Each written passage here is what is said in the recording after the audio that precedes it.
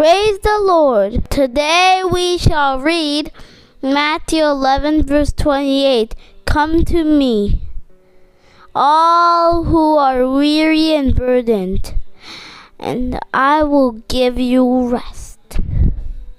ప్రియులారా, ఉదయకాల సమయంలో నేను వాక్యాన్ని చదువుకుందాం. మత్తయి సువార్త 11వ అధ్యాయము 28వ వచనం. ప్రయాసపడి భారం మోసుకొనుచున్న సమస్త జనులారా, నా యొద్దకు రండి, నేను మీకు విశ్రాంతి కలుగజేతును. యేసు ప్రభువారి అతి శ్రేష్టమైన నామంలో పిల్లరా మీ అందరికీ శుభములు తెలియజేస్తున్నాను.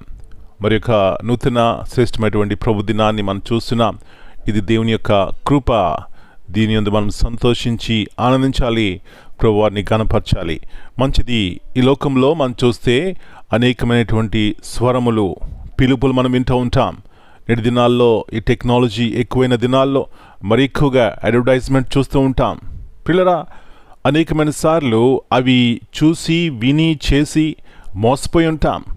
కానీ ఇక్కడ ఒక మెల్లనైన స్వరము, మధురమైన స్వరము, జీవగల దేవుడు ఆయన పిలుపు ఏమిటంటే, ప్రయాసపడి భారం మోసుకున్న సమస్త జనులారా.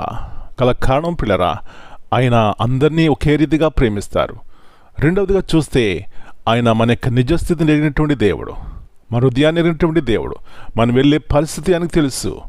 ఈ విశ్వాసం, ఈ సత్యం మనకు తెలిసినట్లయితే ఇలాంటి గొప్ప దేవుని మీద ఆధారపడి మన జీవితాలను సమర్పించుకుని, ప్రభువా ఈ జీవితాన్ని చేతిలో పెడుతున్నాను, మీ స్వరం నేను వింటాను, ఆయనకు లోబడతామండి, తగ్గించుకుంటాం. తద్వారా ఎంతో మేలు, ఆశీర్వాదం పొందుతాం. ఏమిటా ఆశీర్వాదం అంటే విశ్రాంతి మన జీవితంలో ఉంటుంది. ఈ విశ్రాంతి దొరకక అనేక మంది ఏవేవో చేస్తున్నారు. కానీ యేసు ప్రభువారు ఇచ్చేటువంటి విశ్రాంతి శాశ్వతమైనది, అది ఉచితమైనది. కాబట్టి నా ప్రియ సహోదరి, ఈ ఉదయకాల సమయంలో ఆయన స్వరం విని విశ్రాంతి పొందుకుందాం.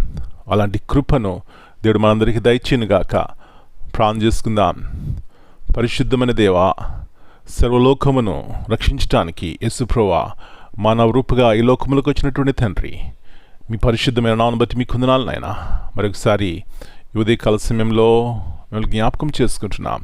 మీ స్వరము ఎంత మధురమైనది. మీ స్వరము మా జీవితాల్ని ఉజ్జీవింపచేస్తుంది నాయన. పడిపోయిన వారిని లేవనెత్తేది, కృంగిన వారిని బలపరిచేది, బలహీనలను నాయన ధైర్యపరిచేది ప్రభువా మీ యొక్క మాటలు. కాబట్టి ఈ ఉదయకాల సమయంలో మీ స్వరం విని మేలు, ఆశీర్వాదం పొందుకోవడానికి సహాయం ఇచ్చేయమని మనం మీ చేతిగా అప్పగించుకుంటూ, ప్రతి ఒక్క చీకటి శక్తుల యొక్క ప్రభావం నుంచి ప్రభువా మనం తప్పించి భద్రపరిచి క్షేమము, ఆరోగ్యము దయచేయమని యేసు ప్రభువారి అతి శ్రేష్టమైన ఘనమైన నామమును బట్టి ప్రార్థన చేస్తున్నాను తండ్రి. Amen. God bless you all.